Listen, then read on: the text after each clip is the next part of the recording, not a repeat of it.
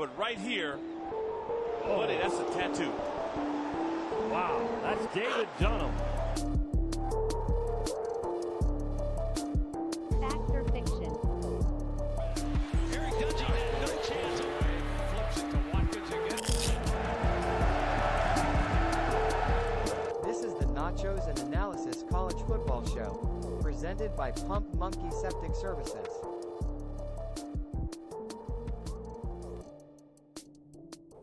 All right, welcome to Season 2, Episode 4 of the Nachos Analysis College Football Show. Today is Thursday, September 14th.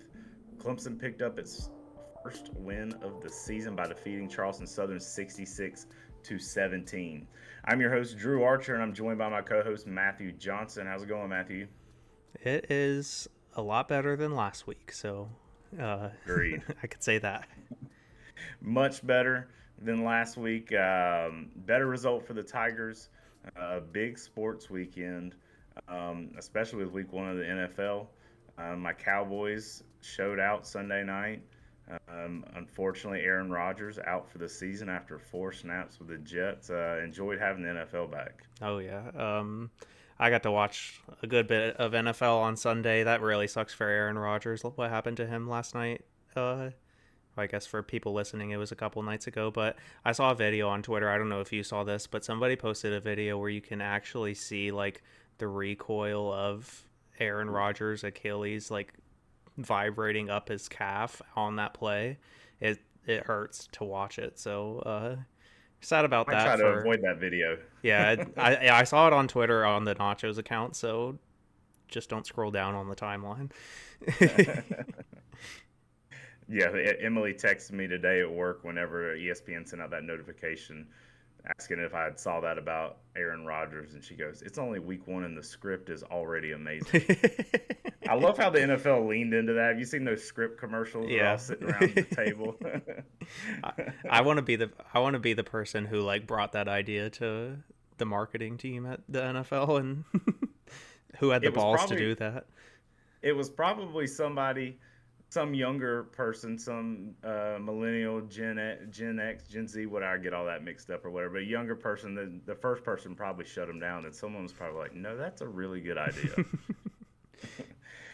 But it was a big weekend of sports. Review of our topics today. We're going to break down the 66-17 victory over Charleston Southern. We're then going to talk about some of the other notable games this past weekend. We're also going to talk about a Twitter poll that yours truly forgot to post on Twitter. It is still sitting in my draft, so you did not have the opportunity to vote in it. However, Matthew and I will discuss it. That poll question would have been, Clemson improved to 37-4 against non-conference opponents at Death Valley under Dabo Swinney this past Saturday. What non-conference loss hurt the most? The options for that poll were TCU in 2009, and the other 3 were, of course, South Carolina in 2010, 2012, and 2022. Matthew and I will share our thoughts on that. Then Facts and Children's of Facts on Sports with WCCP 105.5 The Roar stops in to talk a little fact or fiction with us and give his thoughts on the Clemson team. Then we're going to get into our Pick'em contest, update you on the leaderboard there, give our picks for this week, and then discuss a little Florida Atlantic Clemson. So, packed show. We don't have as much to say this week compared to last week, coming off of a win. But initial reactions to the game this past week, Matthew. Yeah, I'll just go ahead and say for everybody listening / watching that Drew and I did not make it to the second half in the stadium. We hit the tunnels early, got out of the sun, got to Triple T's, had some jet fuels. It was nice. Nice to see. By the time we got to Tiger Town Tavern, Clemson was up 2 or 3 scores at that point. They had already scored twice, so it was pretty good to walk into. I will say the common denominator for Clemson in the last 6 quarters, I will say they were losing. They lost the last 6 quarters at halftime, 45-31, and the common denominator was Drew in the stadium wearing the hat that he's wearing right now. So take that with what you will. I may leave this hat at home because yes, I stayed the full 4 quarters at Duke and left at halftime with you to go to Triple T's and I got this at baseball season for military appreciation, so I might save this one for baseball season and not break this one out again. But I will say it was welcome. It was very welcoming to walk into Triple T's with AC. It wasn't the hottest of days, but it was still pretty brutal out there, and the game seemed to have changed once Matthew and I left the stand. So almost immediately. The game. Yeah, basically. We left right before halftime ended and got to Triple at with like 10:30 left in the third quarter, and Clemson had scored twice in that span. So definitely our fault. But I did want to say about the game, I'm not sure. I know we'll talk about it with Faxon in a little bit, but I wanted to say welcome to the team, Troy Stellato. He had a huge week this week against Charleston Southern, and I think he's deserves to wear number 13. He's surpassed Brandon Spector. He deserves number 13. Spector can move on to a different number. Yeah, it was after a couple years on the team, just being hurt constantly. It was finally his time to get out there and caught a few passes, looked good, and was good to get him out there. So overall, Clemson improved to 98, 17, and 8 in home openers, and it was the 20th straight home opener victory for the Tigers. Dabo Swinney won his 162nd career game to pull within 3 victories of Hall of Famer Frank Howard in his career at Clemson, who has 165. This game was Dabo's 100th home game at Memorial Stadium. He is 92-8 all time in games played at Death Valley. Now, that number kind of jumped out to me because obviously from that run from 2015 to 2019, Clemson wasn't losing hardly at all. But if you think about it, back when Dabo took over, there was a little bit of a shaky start there early. He had a losing season, and the fact that he has only lost 8 times ever in Death Valley is still pretty impressive to me. Yeah, that is. I was pretty shocked at the stat when you put it up on the notes. So, 92-8, only 8 more games until he wins his 100th at home. So, yeah. Pretty crazy. Unofficially, speaking of numbers that surpassed 100, 117 players played Saturday. Broke Clemson's record of 111, which was set against Charlotte in 2019. Yeah, that was the Disney game, if you guys remember. That was. It was the game that the movie Safety was filmed at halftime. Which, the team they were playing in that movie is the team coming to town this week with Florida Atlantic. So, wow, what a transition. We should have saved that one for the end. Sometimes a blind squirrel finds a nut. But after getting outscored 7-0 last week, Clemson improved to 64-2 since 2015 when outscoring opponents in the Middle Eight. The Tigers did not do well in the Middle Eight the previous week with Duke. So that was a talking point of ours a lot last season. It's the first time it's making an appearance this season on the college football show. Clemson compiled 679 yards of offense, its most since gaining 702 against Wofford in 2019. Overall, Clemson outgained Charleston Southern 679-73. It's the second highest yardage margin in a single game dating back to 1950, trailing only 691 against South Carolina State in 2014.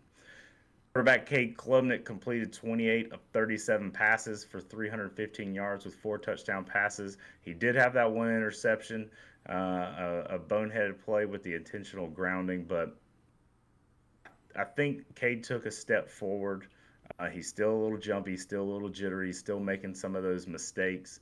It was against a lesser opponent this week, and may not necessarily make that much of a difference, but for me, for you, I know, sitting in those stands in that first half, what was the halftime? Was it the halftime score 17-14? Is that what it was? I believe we might have went up 24-17 right before half.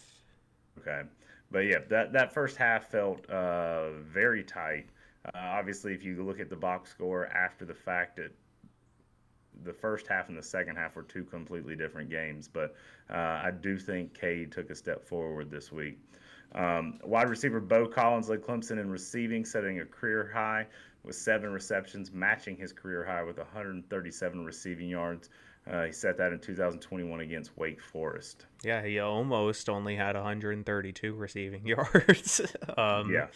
Pulled up on like the 20-yard line with a guy like 3 yards behind him. I don't know how he didn't get caught, but I wanted to bring up, I might even, when I'm editing the video, put this on the screen because I was watching the game last night again, and the play design on this play that Bo scored on, just go watch the route trees and the combinations that everybody was running. You had your you had your slot and your tight end running mesh, Bo from the outside running a post, and then you had your back running around on a wheel route. This is the kind of route combinations I've been looking for since Garrett Riley got hired, and I know that wasn't that long ago, but I guess I've been looking for it since couple of years now. Yeah, since we haven't had a good offense. So I might put a screenshot up on. I thought about like doing a whole segment here and going to film school and watching this, but just I'll put it up on the screen. This play was what we need more of. There's another play later on in the game that I'm not a fan of, and we ran it multiple times, but I'm not going to go into it. No, I think that's something you're going to see more of the more Cade gets comfortable and get a couple of these guys like Bo stepping up that you realize that you can consistently count on, which it didn't look like that in week 1. And you mentioned that one boneheaded play. I think Cade described it himself as the worst interception of all time, where he was. It looked like he was trying to get rid of the ball before getting sacked, but he just did not get it anywhere close to the sideline. If you look at a screenshot, I believe it was going around on Twitter yesterday or this weekend at some point. If you look at the where Cade decided to throw the ball, if you pause the screen right there, there's 2 receivers without a defender within 15 yards of them.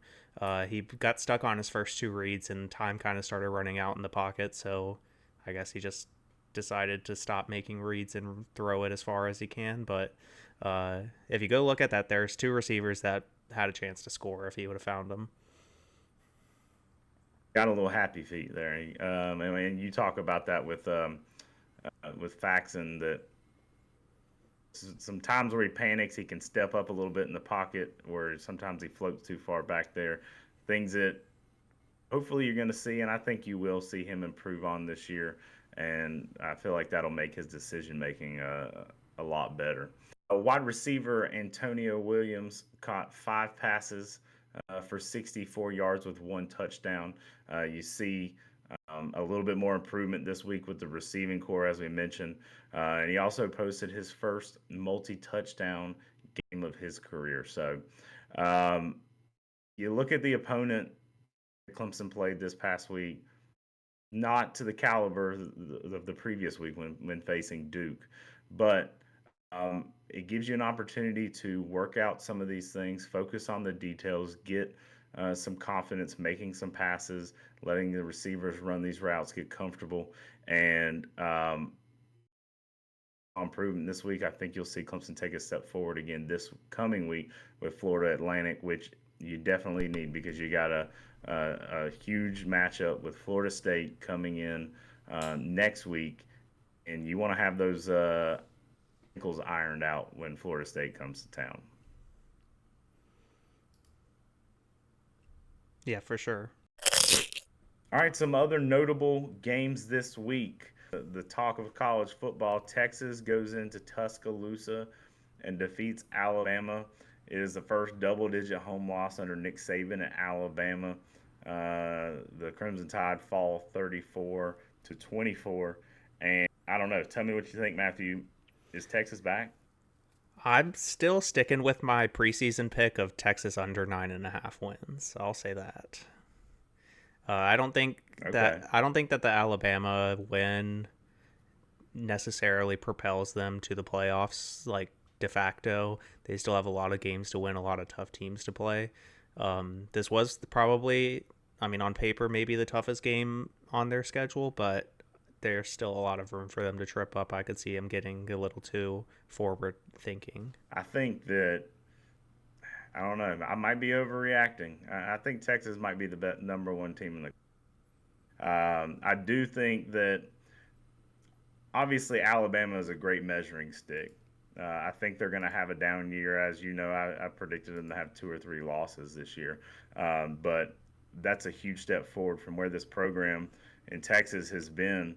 And that's not an easy thing. Even if Alabama is in a year, I think they've won something like 70 of the last 72 home games. So it was a big win for Texas. They looked on both lines of scrimmages. I'm not an Alabama hater. I enjoy watching Alabama. I like Nick Saban. This was one of those few games where I was actually rooting against Alabama. Yeah, I mean, if you think back, Texas was pretty close to dethroning Alabama last year.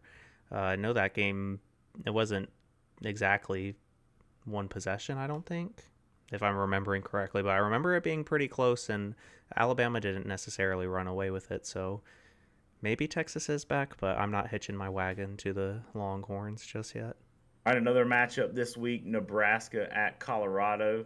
Coach Prime and Colorado get their first home win. That was only a 3-point spread, and they end up winning 36-14. So Colorado continuing to prove the naysayers wrong.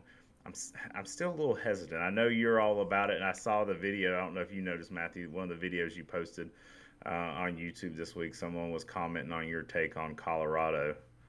Oh, I didn't see that, actually. I actually saw something that somebody commented on one of my videos where I was kind of talking about Dabo and wanting to get rid of him. And all they commented was, who are we going to replace him with? And yeah, I did see that one too. I think I found the perfect answer with Deion Sanders. Yeah. So Colorado 2-0. I think Colorado has a good chance to win the Pac-12. And I also wanted to say that them beating the 3-point spread was not a surprise if you were following my weekly picks from last week. We'll get into those here in a little bit, but I tend to side differently with you on Colorado. You got Oregon, a trip to Oregon coming up. You got a matchup with USC. I'm holding out faith in Colorado till I see them against a quality opponent. Now, I mean, obviously USC is a quality opponent and one of the best teams in the country. So, but I'm interested to see how they fare against those guys.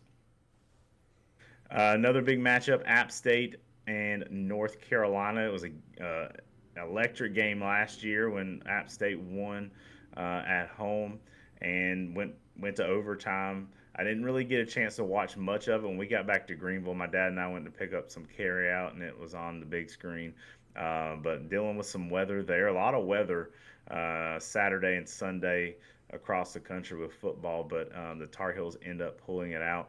UNC was a double-digit favorite and had to go to overtime to beat App State 40-34. Yeah, I thought the App State magic was going to continue, but they just didn't have it in them this time. But I have a scenario. What if App State were to have beaten North Carolina this past week and we beat Florida State not this coming game, but the next week? I think that puts the ACC out of playoff contention. It could, but I mean, if Clemson beats Florida State and then goes on and runs the table, do I think that's likely? No. But if Clemson ran the table after beating Florida State, I'd say Clemson was in the playoff, but that would throw a wrench in it. Yeah, I also have I was just gonna say with the divisionless ACC this year, it's you might face Florida State twice, and I would think 2 wins over a good Florida State team, with us being some of their only losses, puts us in a good spot to make the playoffs still. Yeah, and 2, the landscape of college football is a little different this year. You have the last year of the Pac-12, you got 2 remaining teams, but the Pac-12 has 8 ranked teams right now. The SEC seems like it's down a little bit. Yeah, and you have a handful of solid teams in the ACC. So the last year of the 14 playoff, I don't know, we could see some teams that we've never seen before in that college football playoff. So I think it's shaping up for a good season. I think there's a lot more parity this year, which college football fans have complained about over the last decade, with getting tired of seeing Alabama win it. They were tired of Clemson. I'd imagine there's a lot of people tired of Georgia at the moment too. So I don't know. I'm pulling for some of these upsets and some chaos, as long as it doesn't relate to Clemson. Yeah, I wonder if the NIL really helped the parity within the college football national landscape. If that just really evened out, instead of kids just wanting to go play for Alabama and the SEC, you end up going to schools like USC that have a lot of money, or Texas and schools like that. So, or Colorado even. Yeah, those three teams specifically, I mean, have done, especially USC and Texas, have invested a lot in NIL money. So I think that's a fair argument to make there. Speaking of ACC, SEC, we had a matchup that did not go my way according to my picks last week, but Texas A&M traveled to Miami. The Hurricanes get out of that game with a big win, 48-33. I'll also ask you this, Matthew: is Miami back? No. I don't think this is necessarily a high quality win. They're two pretty middle of the pack teams in their respective conferences. So I did want to just start chanting ACC though, but I'm gonna quell those feelings. You asked me last week if Dabo's seat was getting hot. What about Jimbo Fisher's seat? Now, Jimbo's probably been warm for a little while, I bet. I mean, they put a lot of money into getting him over there in College Station, so they're probably weighing the buyout versus the wins right now. So yeah, I think Jimbo's seat is definitely hotter than Dabo's. Yeah. All right, before we get to our Twitter poll that I failed to post this week, we got to shout out our sponsor, Pump Monkey Septic Service. They're owned and operated by Clemson alumni Alan Powell, and they service the upstate of South Carolina. You can reach them at 864-710-2211. They service the upstate. They come out. They check out your spot. Sometimes a lot of people think that they might have a septic tank issue, and in reality, it could be a plumbing issue. I spoke with Alan just recently, and he was out at Mickey Plowler's house, host on The Roar, and Mickey got some bad information from someone else he had out there. Pump Monkey was able to go check it out, take care of it, and get it fixed. So if you have septic tank issues, remember the number 864-710-2211. When the dump's funky, call Pump Monkey.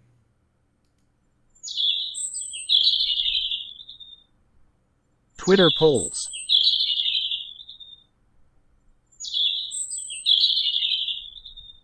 All right, our Twitter poll of the week that didn't quite make it to Twitter is still sitting in the Nachos and Analysis Twitter accounts drafts. But Matthew and I can still talk about it. So the question this week was, Clemson improved to 37-4 against non-conference opponents at Death Valley under Dabo Swinney this past Saturday. What home non-conference loss hurt the most? And there's only been 4. TCU in 2009, South Carolina in 2010, South Carolina 2012, and then again, unfortunately, last year in 2022. After I wrote this and put the options out there, I feel like this is probably a very obvious lopsided answer, but I'll ask Matthew, which one of these losses hurt the most? Well, I guess I'm probably going to go with the lopsided answer that you think it's going to be. I think 2022 South Carolina. I don't think it's recency biased either. I think in hindsight, losing the 2012 or the 2010 and the 2012 games hurt because we were probably pretty evenly matched teams around that time. But it made it feel so much better to finally get the win again when Deshaun came and we went on maybe the longest win streak in program or in rivalry history. I'm not sure if that's a fact or not. So I know we were getting close to beating the record of the longest streak. So I'm saying 2022 against South Carolina because the other losses made the good even better. If I remember correctly, I think it was 2012. because that was the year. I'm almost certain. I think that year Clemson was the better team. It was one of those losses towards the end of that streak that Clemson was clearly the better team. But regardless, the TCU loss did suck because I believe that was the year they went on that run. But last year against South Carolina, losing that home win streak, dropping that win streak against South Carolina, it was one of those ones that you had. South Carolina fans were coming in hot after defeating Tennessee the way they did last year. But outside of the South Carolina fan base, I don't think, even with the issues we had towards the end there with DJ, I don't think really anybody was expecting South Carolina to win. And you jump to an early lead like they did last year, made it all that more difficult. And like we've talked about in this show, last week's show, turnovers were a huge factor in that and did not go the Tigers' way. So I'm going to go with what I would assume would be the lopsided answer had I remembered to post this Twitter poll. But the 2022 loss to South Carolina definitely hurt the most. That was not fun going back to work the following Monday after that one. Yeah, and like kind of how I mentioned the 2010 and 2012, I think you're right. Probably 2012 we were a way better team. That was coming towards the end of the Connor Shaw reign. And, I mean, if you look at our offense that year, we had Taj Boyd, Sammy Watkins, DeAndre Hopkins, Martavis Bryant. Who's the other receiver? Adam Humphries. Yeah, like that was a stacked roster. Just could never get over the hump of the old ball coach. Nope. And speaking of, I don't know if you noticed or I can't remember if we talked about it. He was at Duke last week for that game.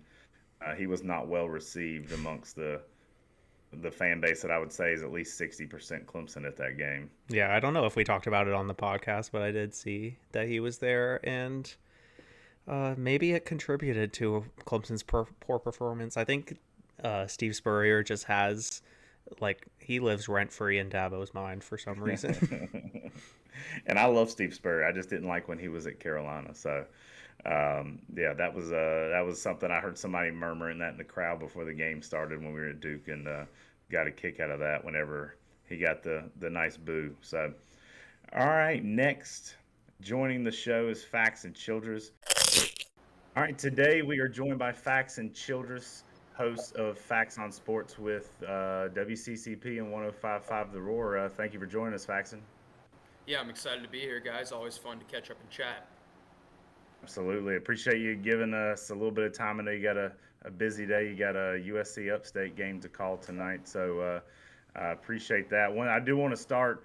I enjoyed listening to your perspective this past week or so on WCCP with Walt being out, and you kind of talked a couple Clemson fans off the ledge, it seemed like, after that Duke loss. What were your initial takeaways after that first game of the season? Yeah, man. I mean, obviously, brutal result, right? You look at the final score and you look at how it negatively impacts Clemson and their season. And, you know, it's a tough pill to swallow at first. It was a really tough pill for me to swallow as someone that was at the game and then had to drive 4.5 hours back the night of. So I got a lot of thinking time in on the way back. I was listening to the post game with Kwok and Donnell, and they did a good job on that as always. But, you know that people are going to give Dabo a ton of crap for leaning into the fact that it was a statistical anomaly, and, you know, people are saying that he's avoiding accountability. It's not really the perspective I took away from it. I just think he's pointing out the facts, and the reality of the situation is you essentially had 3 red zone turnovers, 2 of which fumbles, and on 2 of those drives you were at the 1-yard line. And it wasn't on the 1-yard line on 4th down and you rolled the dice. It was you were on the 1-yard line on 1st and goal, and then Will Shipley false started, and then, you know, Klubnik took the sack, and then you missed the field goal. You were on the 1-yard line on 1st and goal again, and Phil Maffa, you know, the Duke linebacker, just did a perfect job of hitting his helmet right on the ball. So it's an inexcusable loss, and I'm not making excuses for it. But I don't think it's that big of a reason to be concerned for Clemson fans. I still think Clemson has a chance to win 10 games this season. I still think Clemson has a chance to go to the ACC championship game. So, brutal result. And I think Klubnik was also kind of getting the hammer, especially on social media from people. I didn't think Cade played that poorly. Obviously, the fumble was bad, and that's always on the quarterback in the zone read, regardless of what happens. It's always on the quarterback. But he made the right read, and he might have had a touchdown if he could have successfully pulled it. So Cade's got a long ways to go. There's going to be some growing pains, but I actually don't think it's been as bad as everybody is making it out to be right now through 2 games. I agree. I was rewatching last night the Charleston Southern game. I was actually really happy with a lot of the play calls that we had, a lot of the route combinations that we had, a lot of meshes and posts and corners. Is kind of what I've been looking for from the offense. And like you said, Cade's performance has been a little bit overblown. Just take out the few airmails in the first game against Duke on his first couple throws of the game, and then he's put everything else pretty much right where it needs to be. Yeah, I mean, I'm in agreement. The one thing I'm looking for Klubnik moving forward, the boneheaded play, I would love to just say, oh, he's got to get rid of those. I'm telling you guys right now, those are going to continue to happen. Maybe not on the same scale as the Charleston Southern game in which he made what he said was the worst play of his life. It was one of the worst quarterback plays I've ever seen. People are more focused on that than his 300 yards and 4 touchdowns, which seems a little unfair to me. But he's going to throw some picks. He's probably going to throw a pick against FSU. It's just about those coming in not a killer situation. Don't throw them in the red zone. Don't throw them when you're down or up 1 score in a pivotal spot late in games. If he throws a first half interception near midfield, gambling down the field, I can live with that. For me, pocket presence and comfort in the pocket is the main thing I'm monitoring with Klubnik going forward. I thought he did a lot better job of sticking in the pocket against Charleston Southern. He seemed a little more comfortable. His mechanics were a little bit cleaner. So for me, if Klubnik can continue to get comfortable in the system, get comfortable in the pocket, I still think he's going to have a really good season. I mean, the kid threw 4 touchdowns last week. He had flashes against Duke where I thought he made some fantastic plays. It's very evident that the talent is there, right? They don't get 5-star quarterback talent wrong. These kids are obviously talented. It's just about putting them in a position to succeed, and I think that's something that Garrett Riley, Dabo Sweeney, and the staff are going to continue to do over the course of the season. Yeah, and speaking of pocket presence, the one thing that I want to see Cade improve on as the season goes is stepping up in the pocket. There are a few times where I notice where he drops back a little too deep, and then he just gets a perfect angle for the edge rusher to get to him, and that kind of rushes the throw. So, but if he steps up, our pass protection hasn't been awful this year. It has not. And to your point, Faxon, Mickey Plyler Monday morning was talking about this team offensively and defensively played 133 snaps. Realistically, 3 of them, especially in that first half, are the ones that were the boneheaded plays. You look at the other 130 plays that both offensively and defensively, and the team looked good, and with the exception of those 3. Yeah, I mean, it's one of those things where, you want your boneheaded plays to be plays where you can catch a break, ideally going forward. Like, you want a Klubnik interception to be dropped, or you want the fumble to come at a position where it's not really going to hurt you. I think the issue in the Duke game was that you could not have timed your mistakes any more poorly. Like, the 3 drives that you have the opportunity to go in and take the lead, you turn the ball over on those 3. It was an absolute nightmare situation from the turnover front. But, going forward, you can't predict when you're going to have turnovers, and Clemson's going to turn the ball over, as I stated, because Klubnik's still got a ways to go as far as his development with protecting the ball.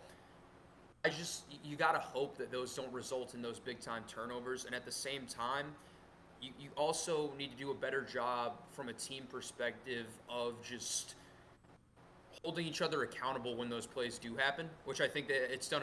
There's been a lot of accountability in the pressers. They know they need to clean these things up. But at the end of the day, everyone here wants to see Clemson beat Florida State, right? Everybody listening to this podcast wants to see Clemson beat Florida State. If you lose the turnover against Florida State, you're going to lose the game.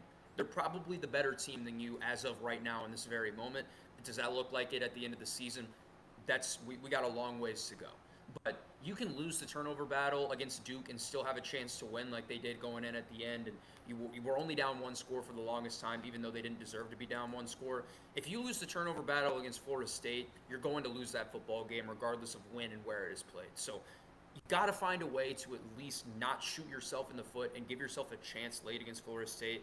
And I think it's imperative that you just under 2 turnovers against FSU, and I think you have a shot. Absolutely. And before we transition here, I did want to throw this out there because a lot of people I feel like were on the edge there after that first game. You saw a lot of improvement with the receivers in the second game against Charleston Southern. What do you like out of this receiving core? Because there was some improvement from game 1 to game 2. Yeah, so I'm interested about Stellato because I don't know about you guys. Like, I'm kind of intrigued now about Stellato. Now that I know he's real, like he's a real person, like I've seen him up close in pads, and I know that Troy Stellato is a real person. He's somebody to keep your eye on because I think I might be misplaced by saying this, but they kind of force-fed him a little bit, especially towards the latter end of the game where he was out there with primarily the backups.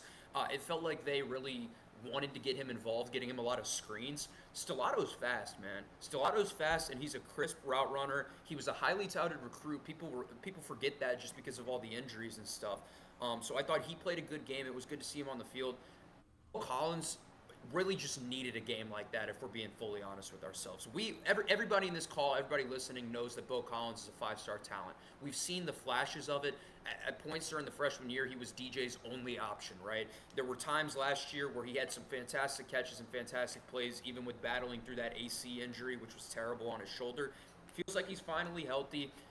I didn't think he had the best game against Duke, to be honest with you, when it comes to separation, but he did end that game with 5 catches for 50 yards, so it's impossible to deny that he was at least semi-productive in that game. So I think he's going to continue to get better as the season goes along, and then just keep relying on Agent Zero, man. The best wide receiver in the room right now is the alpha of the room, and it's the guy out of the slot. Antonio is a really good player. He's explosive in space, but, to be honest with you, Drew and Matthew, I just think that these guys are being schemed open more than they were last year, and that is the biggest thing that we can talk about when it comes to the receiving core. I know it's Charleston Southern, and we got to take it with a grain of salt. People were wide open for the first time in what felt like a decade.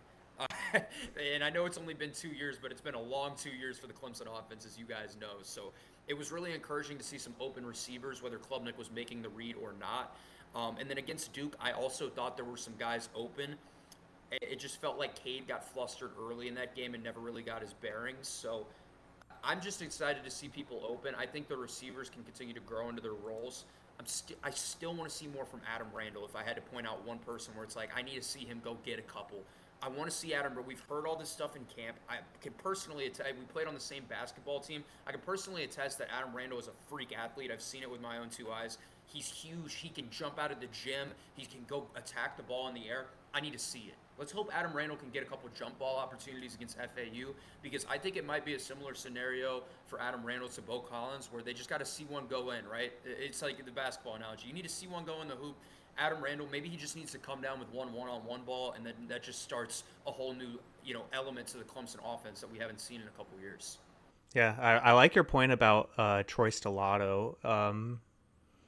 I honestly, before Saturday, the only time I'd ever heard that name was from playing the college football revamped series. I don't know if you know what that is, but I was running a dynasty with Clemson, and Troy Stellato ended up being wide receiver 1 after like a year or 2. So he is fast, and I'm happy that he exists, like you said.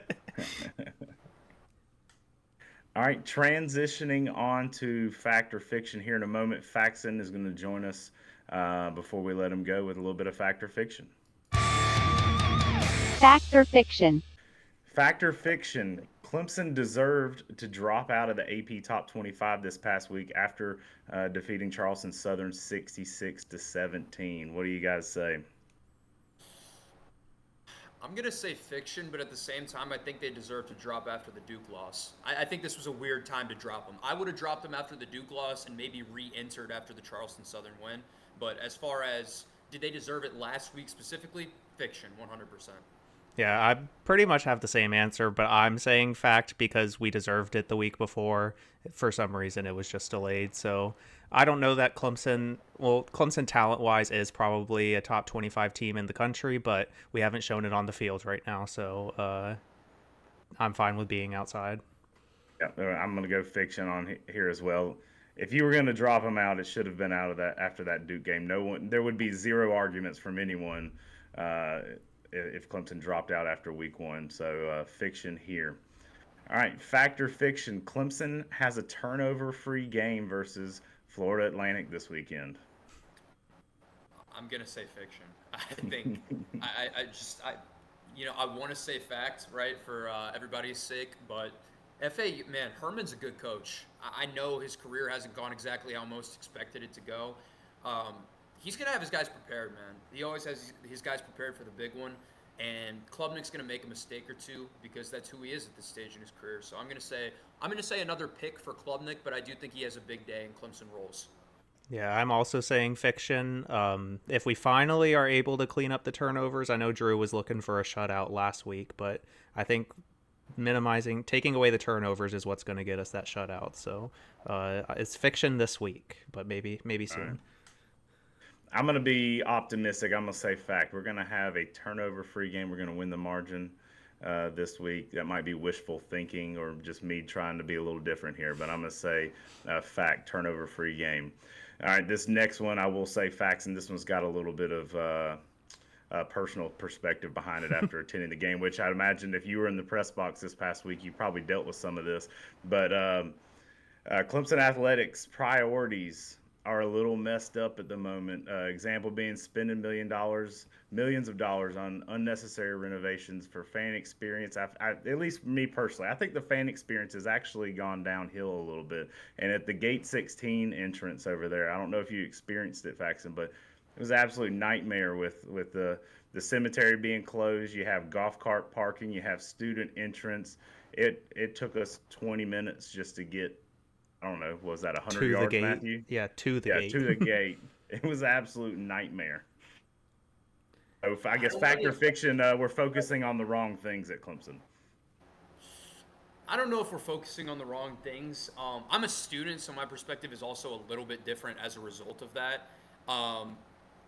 The biggest issue I have was taking away parking because I have to park way too far away from my classes. So that would be where I'm inclined to side with you.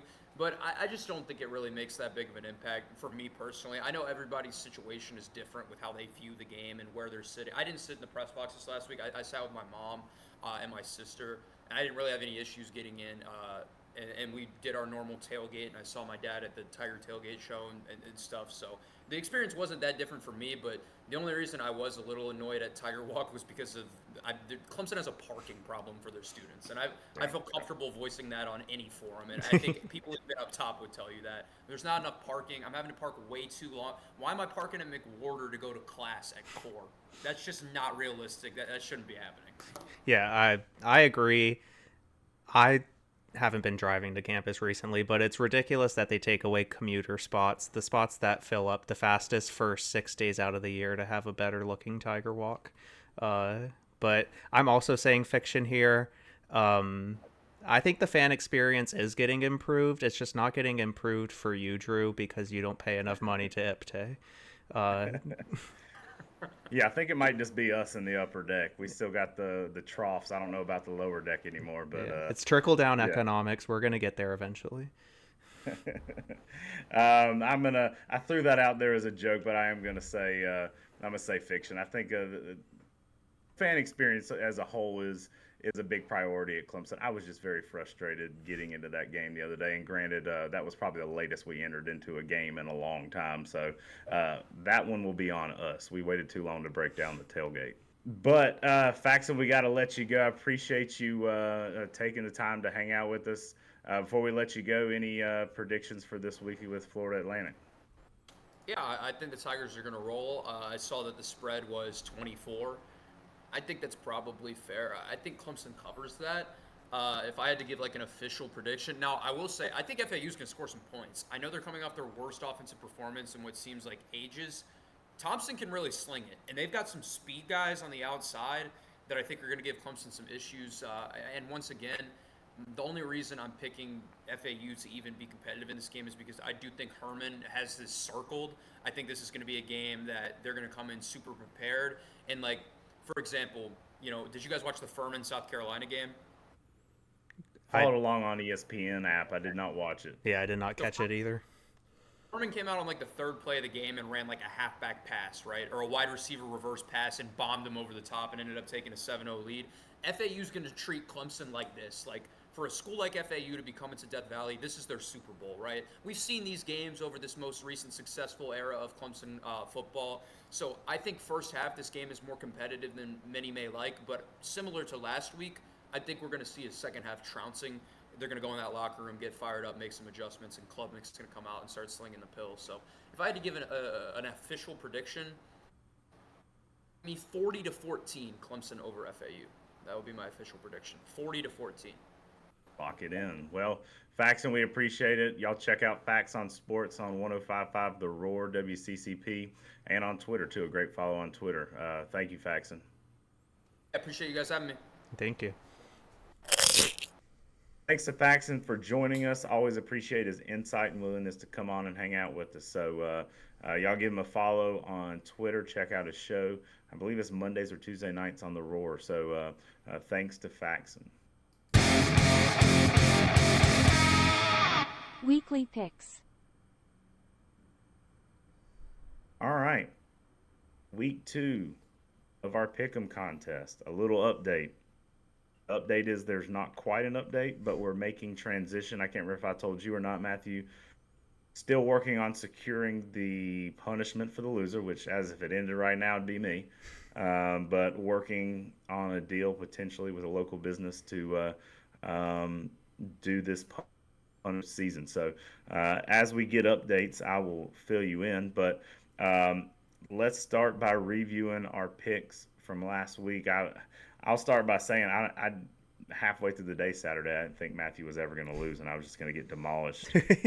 I know. I sent Drew a text earlier, earlier on Saturday. Actually, it was kind of late on Saturday. I was watching the scores of Marshall, ECU, and Ohio, FAU, and they were both in the third quarter, like looking like they were about to hit. So I just gave him a heads up that he might have to come into this week down a good amount of points, but I did lose my first pick of the year on the Marshall ECU game. They got to 44 total points, which was the line at about midway through the third quarter, and did not score the rest of the game.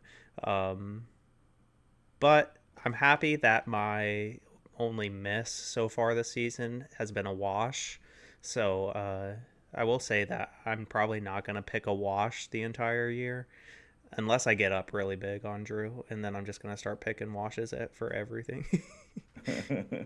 That's the thing. I have a love-hate, as a bettor, I have a love-hate relationship with whole numbers like that 44 there. Like, when, in your instance, it doesn't hit, you're like, all right, at least I didn't lose my money. I'm getting my money back. But then also you're like, well, dadgummit, I could have won here. I just needed one more point. So, yeah, Matthew got 3 points last week. I got 2. So that, I think, whoops, I got my totals wrong here. I got 2, not 4. I promise I'm not trying to cheat, Matthew. He's trying to steal points off of me. So Matthew got 3 last week. I got 2. It brings a total on the season 7-4. Matthew with a 3-point lead. My favorite was Texas A&M. Miami ruined that. My underdog was Vanderbilt at Wake Forest. That did not end well. That was like a 9-hour game, if I'm not mistaken. They had like a 6 or 7 hour rain delay. Oh, I didn't even realize that. Yeah, that was like a noon kickoff, maybe even 11 o'clock, and it didn't end till like 9 or something at night. Jeez. Like it was an all-day affair in Winston-Salem. But I did hit my over and my under. Notre Dame, NC State over 51, Nebraska at Colorado over 59.5. Yeah, I hit on my favorite, which was that same Nebraska-Colorado game, Colorado -3. Like we talked about it earlier. Kind of ran away with that one a little bit. It was a tight game though. Underdog hit. Northwestern was +1 against UTEP. I think they ended up winning by like 31 or something, so it was not even close. Vegas had that one wrong, but we kept our eye on it here on this podcast. And as I mentioned, Marshall ECU hit 44, which was the line that I got in on. Unfortunately, that's just not fun. But then my under did hit Ohio FAU ±61.5. I think their total only ended up being in the 50s. So, very comfortable in that one. But with that being said, we can move on to week 3. And before you give your pick, I will hand up, which, hey, this might work. I may have been overthinking it the previous 2 weeks, but I had a crazy day and realized right before we started recording that I forgot to put my picks in. So I spent all of about 5 minutes quickly on ESPN's app looking at lines and just quickly threw some up there. So this could go really poorly or really, really well. So we'll see. If you have luck like mine, I will say I do that most of the time. I'll just try to get all the picks done within 10 or 15 minutes. I don't want to do too much research or think too hard into it. I just want to find what bets look good to me. But getting into it, my favorite for week 3, I'm going Oklahoma State. They're a 7-point favorite against South Alabama. I feel like 7 points is a little low for this game. South Alabama is usually a pretty decent team in their conference, but they haven't been performing as you might expect so far this year. And Oklahoma State had a little slow offensive performance last week, but I think they're gonna bounce back against a lesser opponent. Am I reading that wrong, or where's that game? Is that at Oklahoma State? It's at Oklahoma State, yeah. My favorite this week, I got unhighlighted, LSU at Mississippi State. LSU a 9.5-point favorite over Mississippi State. LSU has got some athletes, and I think they're better than 10 points against Mississippi State. Now they're going on the road; they got to deal with all those cowbells. But I think LSU wins this one and wins this by maybe even 2 touchdowns. Yeah, that one's tough. I thought about that one too. I don't know. I have something in my heart that doesn't make me want to pick an SEC game. I don't know what it is. But moving on to underdog, I'm going ECU. They're plus 9.5 at App State. I know App State had a really good showing last week against North Carolina, but App State loves to be in close games. So ECU is a pretty decent team this year. I think they're going to keep that one closer than the 9.5 spread. Well, you want to stay away from SEC games, and apparently I'm sticking with them. To be fair, you were looking at ESPN, so it's probably all at the top. Yeah, true. I am sticking with the SEC, and I am going with the rivalry matchup between South Carolina and Georgia. Georgia, a 27.5-point favorite over the Gamecocks. Obviously, Georgia's been playing with some lesser opponents. But one thing of note, they have not run the ball very well. So I'm interested to see taking a step up in competition, going with South Carolina, if you can call them that. Interested to see how Georgia looks running the ball now. At beginning of the year, I already crowned them to be a three-peat champion. But they've had some struggles. They have not played like the Georgia team that we've seen the last couple of years. So I don't know, 27.5 points in a conference game, even though it is South Carolina, seems like a lot of points for me. So I'm going South Carolina plus 27.5. Yeah, that's true about Georgia, that they haven't looked like the Georgia of years past, and I just don't know how much faith I have in South Carolina, so that'll be interesting how that one turns out. Rattler's got to run for his life and throw deep. That's pretty much what their offense is. So moving on to over, I'm heading over to shout out to DJ Uyunglele, going with San Diego State at Oregon State. That's plus or minus 47.5 when I found it. So DJ's been putting up a lot of good big points this year so far and a lot of good stats. I'm expecting Oregon State to, I mean, not even necessarily just Oregon State, but that one's 47.5 is really low. Yeah. And I didn't even look to see who they played, if they won, how DJ did it all last week. So. I don't remember who exactly they played, but I did check in on DJ's stat line, and he had another good game just like week one, almost identical. So okay, things are moving well for DJ. He's back. DJ's back. Insert the Lil Wayne clip there. For my over, I am going to Indiana in the matchup with Central Michigan and Notre Dame. The over-under is set at 53.5.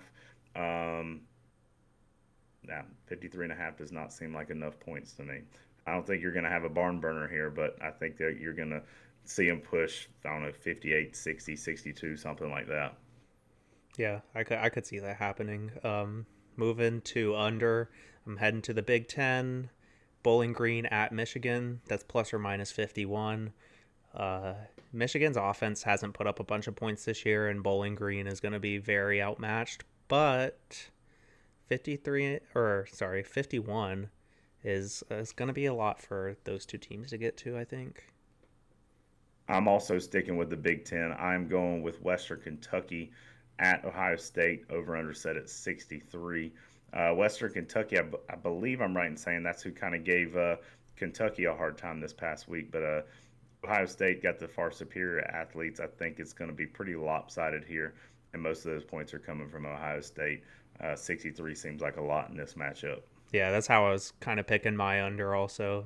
Most of those points are going to come from Michigan, but maybe all of them are going to come from Michigan, but I don't think Michigan's putting up 51, so yeah. All right, this week, Florida Atlantic comes to town to face the Tigers. Oddly enough, Clemson, Florida State, a noon game. Clemson, Florida State, primetime matchup, 8 o'clock. It wasn't the hottest game that I've ever attended in Death Valley this past weekend. It was not comfortable. So it'll be nice to have a game in Death Valley under the lights, a little bit cooler weather. I hadn't checked the forecast, but I feel like I remember hearing someone say there's going to be nice weather. You will not be attending. You'll be out in Colorado. Is that correct? Yeah, I am. I'm not going to be at this one, which I'm kind of upset about because I realized today when I was talking to one of my coworkers that I don't know that I've been to a night game since the LEDs have been put in. Maybe one last year. But I know I missed the debut game of them, but I might have. You were at the NC State game last year. Yeah, that's right. Okay, so I was there for one, but we haven't had many night games since we put a lot of money into getting those lights installed. So I'm kind of sad I'm gonna miss it, but I'll be able to watch it on TV. I did think about getting tickets to the Colorado game this weekend. But I'm only there for one full day, so I didn't want to spend that one full day at a football game. So I'm gonna pass this time, but maybe later on in the year I'll make it out there. Yeah, go out there and check out Coach Prime. So, yeah, it has not been a lot of night games, which I'm excited. Even though it's Florida Atlantic, I'm excited. My brother's coming in town for that game, so it'll be cool having him there. And you and I missed the fourth quarter hype video last week, so it'll be cool to see that for the first time under the lights. Fact or fiction here, is the fourth quarter hype video overdone at this point? I don't think so, because I think they vary it enough each year, and they even update the clips each week to feature clips from the previous week's game. So I'm still fired up by it. Still gets me going in the morning. So I'm just wondering. Yeah, they do reinvent it every year. However, they've hung on to that Coach Batson quote for I don't know how many years now. I don't know if that's in this year's or not. I'd imagine it will be if we're sticking with the last few years. So regardless, looking forward to it. The two teams have only had one other previous meeting. Clemson won that one, so they're 1-0 in the series. Last meeting was the season opener in 2006. Matthew referenced that game earlier when we were talking about the filming of what was that movie called? The Disney Safety. movie? Safety.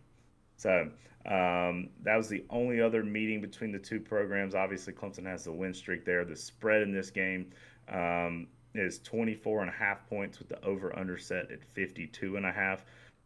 Now, I think Florida Atlantic is a step up from the competition you faced last week. I'm a little surprised at the 52.5 over-under. I did consider taking that for my over. What are your thoughts on that? I almost took it for my over also, because if Clemson's offense comes out like they did last week, it's going to be well over. So, I mean, even in my pick for the score prediction, I'm going over the spread, or not over the spread, but over the plus or minus. So, yeah. As sticking with the theme of this episode, me not getting my picks ready and not posting the Twitter poll, I didn't get a chance to look through all the stats and information for this matchup. But realistically, between these two teams, you only have one prior meeting. I don't know what else there is to say because I'm not a expert on Florida Atlantic. All I know is Tom Herman is the coach, and that is just about it on this end. I did watch a little bit actually of Florida Atlantic in week 1. They made it to my quad box at one point, so I did get a chance to watch them. I think they're a good team. I mentioned it at a different episode on this podcast that this is not necessarily a cupcake game. This team is going to come in and try to win this game. So I know Faxon's already mentioned it on the episode. So Tom Herman is going to have this game circled, and he's going to bring those guys in ready. So don't chalk this one up as a W yet. I think Clemson will have the talent to outlast them and handle it, but don't be surprised if it's a little bit closer in the first half at least. If it's close in the first half like it was last week, and I know we're going to perform the way we did in the second half last week, I'll be all right with it. But that was stressful sitting up there in the stands. I mentioned, I mean, that was 6 straight quarters of losing to Duke and Charleston Southern. I mean, technically we were beating them at half, but if you combine our first 6 quarter scores, we were losing the first 6 quarters of the season. But it was very, very nice to see Clemson's offense get going a little bit. This competition's a little more stiff, so can't have as slow of a start. But like I said, I think the talent is going to overwhelm Florida Atlantic at the end of the day. Yeah. I don't know what Dabo – I'd imagine Dabo is someone who takes his pregame speech very seriously. He's got a lot of metaphors, stories, illustrations, whatever. Whatever he said at halftime last week, I'd like for him just to go ahead and right off the bat make that a part of his pregame speech with this team because the way they came out in the second half, night and day difference from the first half. So it's another get-right week. You got a big matchup with Florida State looming the coming up week. So your final dress rehearsal before you get to the meat of the conference schedule where the competition ramps up, and that's not to diminish Duke and what they've done, but it's our final week to get things right so that because like Faxon mentioned, you don't have to play perfect, but you got to play as best as you can and mistake-free. Bonehead penalties, interceptions, things like that are not going to cut it against Florida State. So this is your final attempt with a team with a different jersey on to step it up and iron out some of those wrinkles. Yeah, I mean, I'm really looking for a fast, clean start for this team. That's going to be very encouraging as a fan. Because if we keep these slow starts up, we're not going to be able to get it back against Florida State. If we start slow against them, they're going to run away with it, and it's going to be a 2013 game all over again. So I also want to see us get out with no injuries. That's the biggest thing about playing the kind of out-of-conference non-Power 5 opponents is you're risking injuries by doing it. And if we can get out healthy of this week and get some of the guys that are banged up back for Florida State, it's going to be big. But I think we've already talked about this pretty much, but we really need to minimize the turnovers. And like you said in the Fact or Fiction, if we go 0 turnovers here, this game isn't going to be close, but I don't think we are going to. I think we're going to gift Florida Atlantic a few good possessions, and they're going to capitalize on it. So that's kind of all my thoughts about going into the game. I'm just looking for a few things out of the Tigers. Yeah. All right. Do we got a score prediction heading into this matchup? Yeah, like I said, I'm going over the over-under, but under the spread, going 59-19 Clemson. Faxon even mentioned that Florida Atlantic is going to put up points, and we're going to gift them opportunities. Nothing we've seen so far this season has shown that we are not going to gift them an opportunity. So I don't think the shutout's in line this week. 19 points, I think that's pretty to be expected at this point from Clemson's defense this year. I am along the same lines. I I don't have Clemson covering the spread, but I do see the over hitting. I'm thinking more along the lines of 38-17.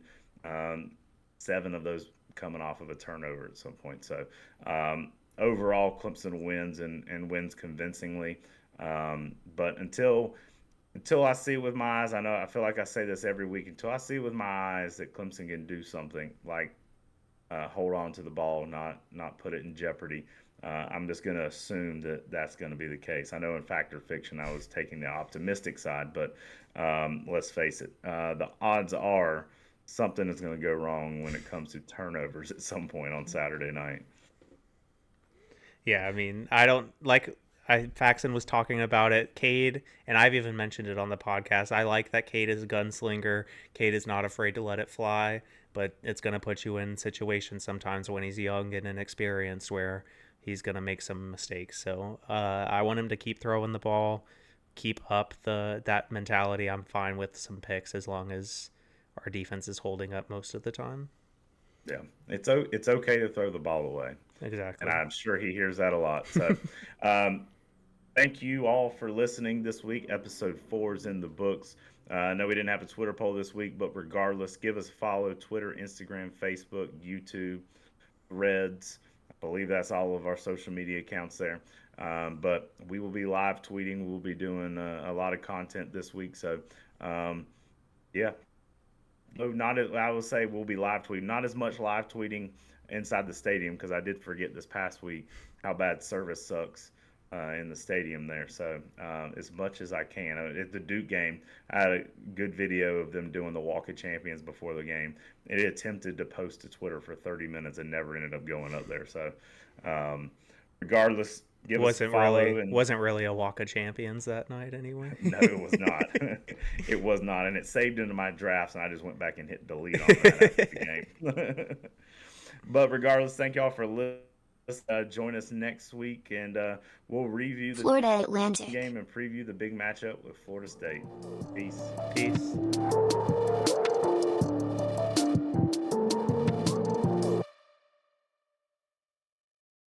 Unofficial sponsor of today's episode is Drunken Jacks in Murrells Inlet, and this is filled up with a craft beer from Pabst Blue Ribbon. Craft beer. There you go.